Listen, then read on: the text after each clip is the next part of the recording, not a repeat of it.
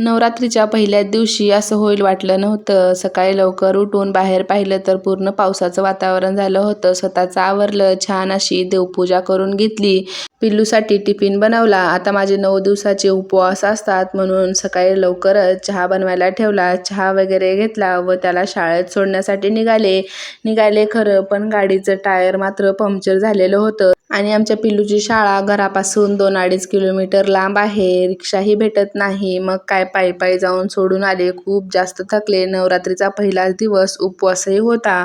फराळासाठी मी इथे उपवासाचे पराठे बनवले होते. माझ्यासोबत दरवर्षी नवरात्रीमध्ये सुरुवातीला हे असंच होतं. काही ना काही गडबड गोंधळ हा उडतोच. नवरात्रीचे उपवास मी साधारण 7वी-8वीत असल्यापासून धरते. पहिलं असंच व्हायचं, मी चप्पलही सोडायची आणि शाळेसाठी मी सायकलवर जायची आणि दररोज माझी सायकल पंक्चर व्हायची. नवरात्रीच्या 9 दिवसापैकी 4 दिवस तर माझी फिक्स अशी ही सायकल पंक्चर व्हायची. आणि आजही माझ्यासोबत असंच झालं. असो, दिवस तर खूप धावपळीत गेला. म्हटलं संध्याकाळी काहीतरी गोड बनवावं म्हणून आदल्या दिवशी नारळ फोडलेला होता. आता तो असाच तर खावासा वाटत नाही म्हणून त्याची वडी बनवायला घेतली.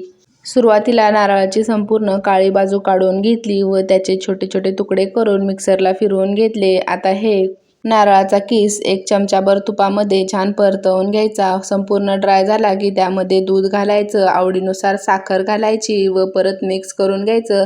सुरुवातीला पातळ होतं, मग जसं त्याला परतवून घेतलं तसं तसं घट्ट होतं. छान घट्ट झालं की याची वडी बनवायला घ्यायची.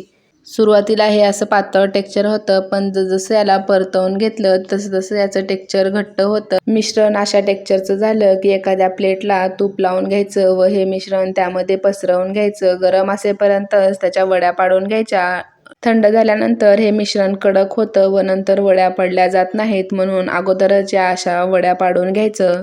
2-3 तास थंड होऊ द्यायचं. मग या वड्या व्यवस्थित सेट होतात. दुसऱ्या दिवशीही अशीच गडबड गोंधळ होऊ नये म्हणून आदल्या दिवशीच रात्री साबुदाणा भिजत घातला. आजचा दिवस तर खूप धावपळीचा गेला, कारण शाळेत 2 वेळेस जायचं यायचं म्हणजे खूप थकवा येतो. आजचा दिवस तर असा धावपळीतच गेला. भेटूया उद्याच्या नवीन व्हिडिओसोबत. तोपर्यंत व्हिडिओ आवडला असेल तर व्हिडिओला लाईक करा, शेअर करा व चॅनलवर नवीन असाल तर चॅनलला सबस्क्राईब करायला विसरू नका. Bye bye.